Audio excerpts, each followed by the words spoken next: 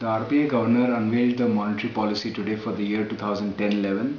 The three policy rates, the cash reserve ratio, the repo and the reverse repo, were hiked by 25 basis points.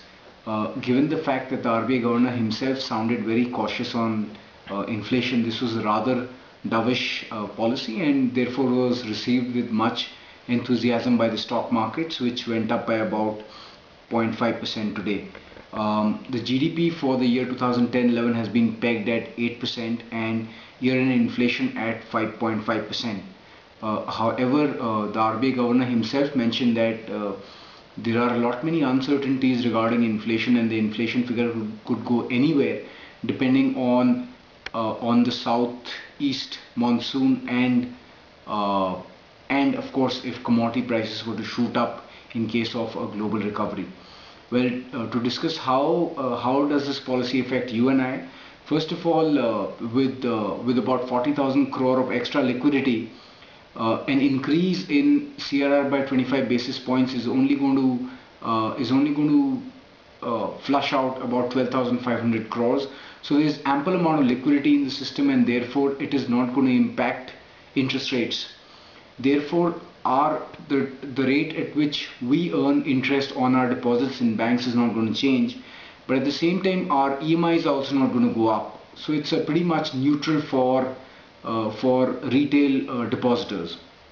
As far as stock market investments are concerned, we have maintained all along that it's the global events that are going to move stock markets, and something like today's policy is not really going to impact the stock markets.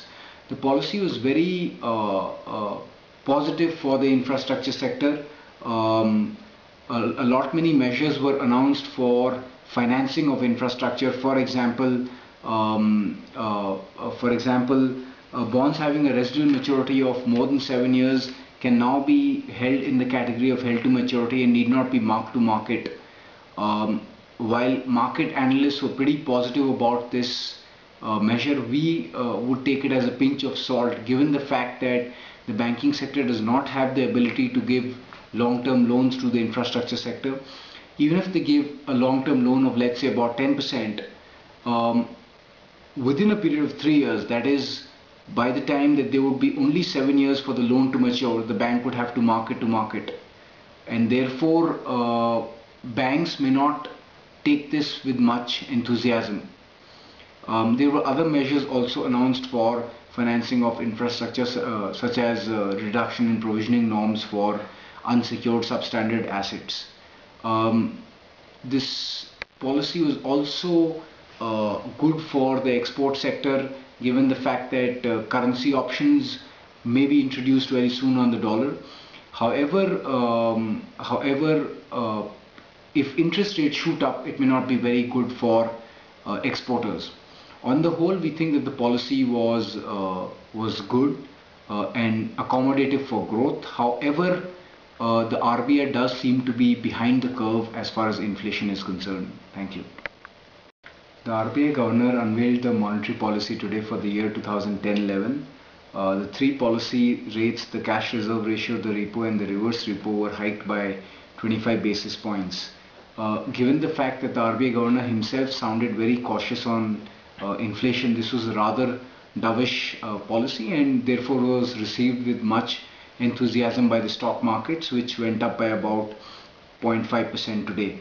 The GDP for the year 2010-11 has been pegged at 8% and year-end inflation at 5.5%. However, the RBI governor himself mentioned that there are many uncertainties regarding inflation, and the inflation figure could go anywhere depending on the southeast monsoon and of course if commodity prices were to shoot up in case of a global recovery.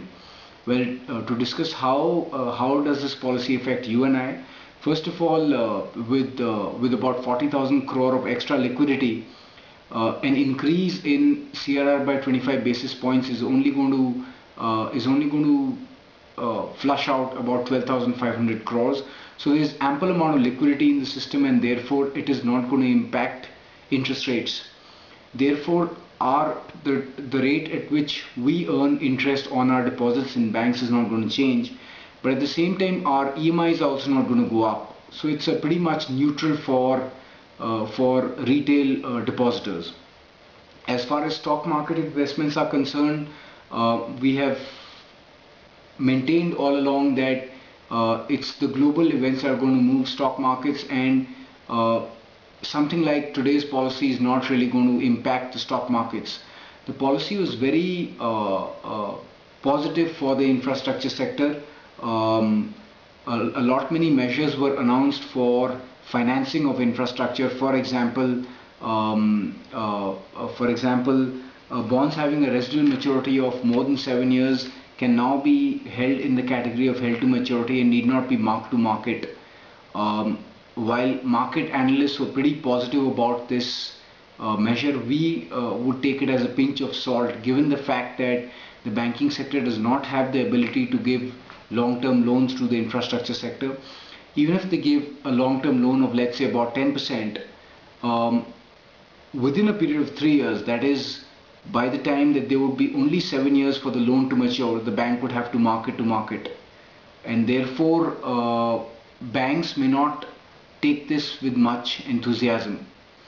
There were other measures also announced for financing of infrastructure, such as reduction in provisioning norms for unsecured substandard assets. This policy was also good for the export sector, given the fact that currency options may be introduced very soon on the dollar. However, if interest rates shoot up, it may not be very good for exporters. On the whole, we think that the policy was good and accommodative for growth. However, the RBI does seem to be behind the curve as far as inflation is concerned. Thank you.